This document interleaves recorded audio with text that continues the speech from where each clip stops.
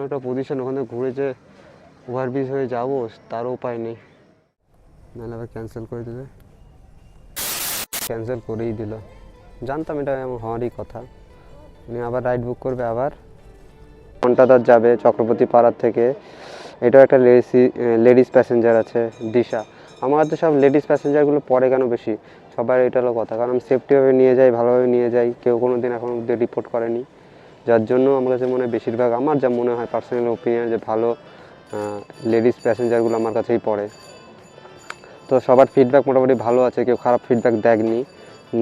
তো দিনে যদি আমি 10টা রাইড মারি, তার মধ্যে 8টা রাইডই লেডিস হয়, ঠিক আছে।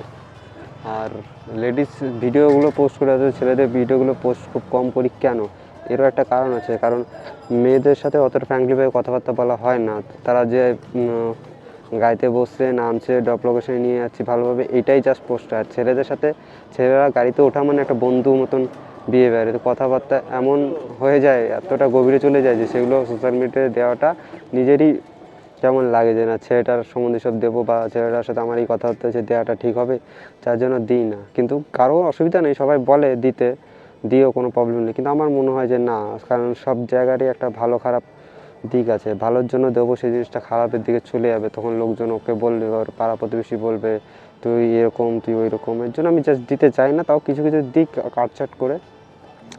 তো যাই হোক, এটা তো এখন অবধি আটকে রয়েছি, যাই না এটা আবার ক্যান্সেল হয়ে যায় কিনা। আজকে অনেকগুলো রাইড ক্যান্সেল পেয়েছি, ক্যান্সেলের পর ক্যান্সেল। একটা প্রথম রাইড পেয়েছি, প্রথম রাইড পেয়ে ওয়ারলেস মোড় নিয়ে আসলাম। ওয়ারলেস মোড় থেকে মেলে কি মালির মাঠে একটা তোমার পার্সেলের অর্ডার পেয়েছি। ফোনও করলাম প্যাসেঞ্জারকে যে কী কী আছে বলে, টিফিন ফিফিন আছে।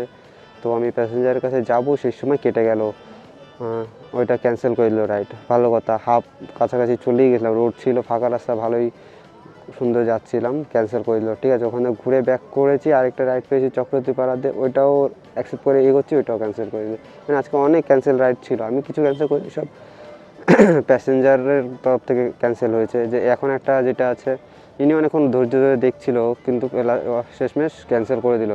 এরপরে যে রাইড বুক করবে সেও ক্যান্সেল করতে হবে যদি রেল লাইনে এই পারের কোনো রাইড হয়। কারণ আমিও যেই রেলগেটে আটকে রয়েছি, পাশে একটা রেলগেট আছে, সেটাও বন্ধ হয়েছে, সেটাও আটকে থাকবে। এই জন্য তারটা হয়তো ক্যান্সেল হতে পারে।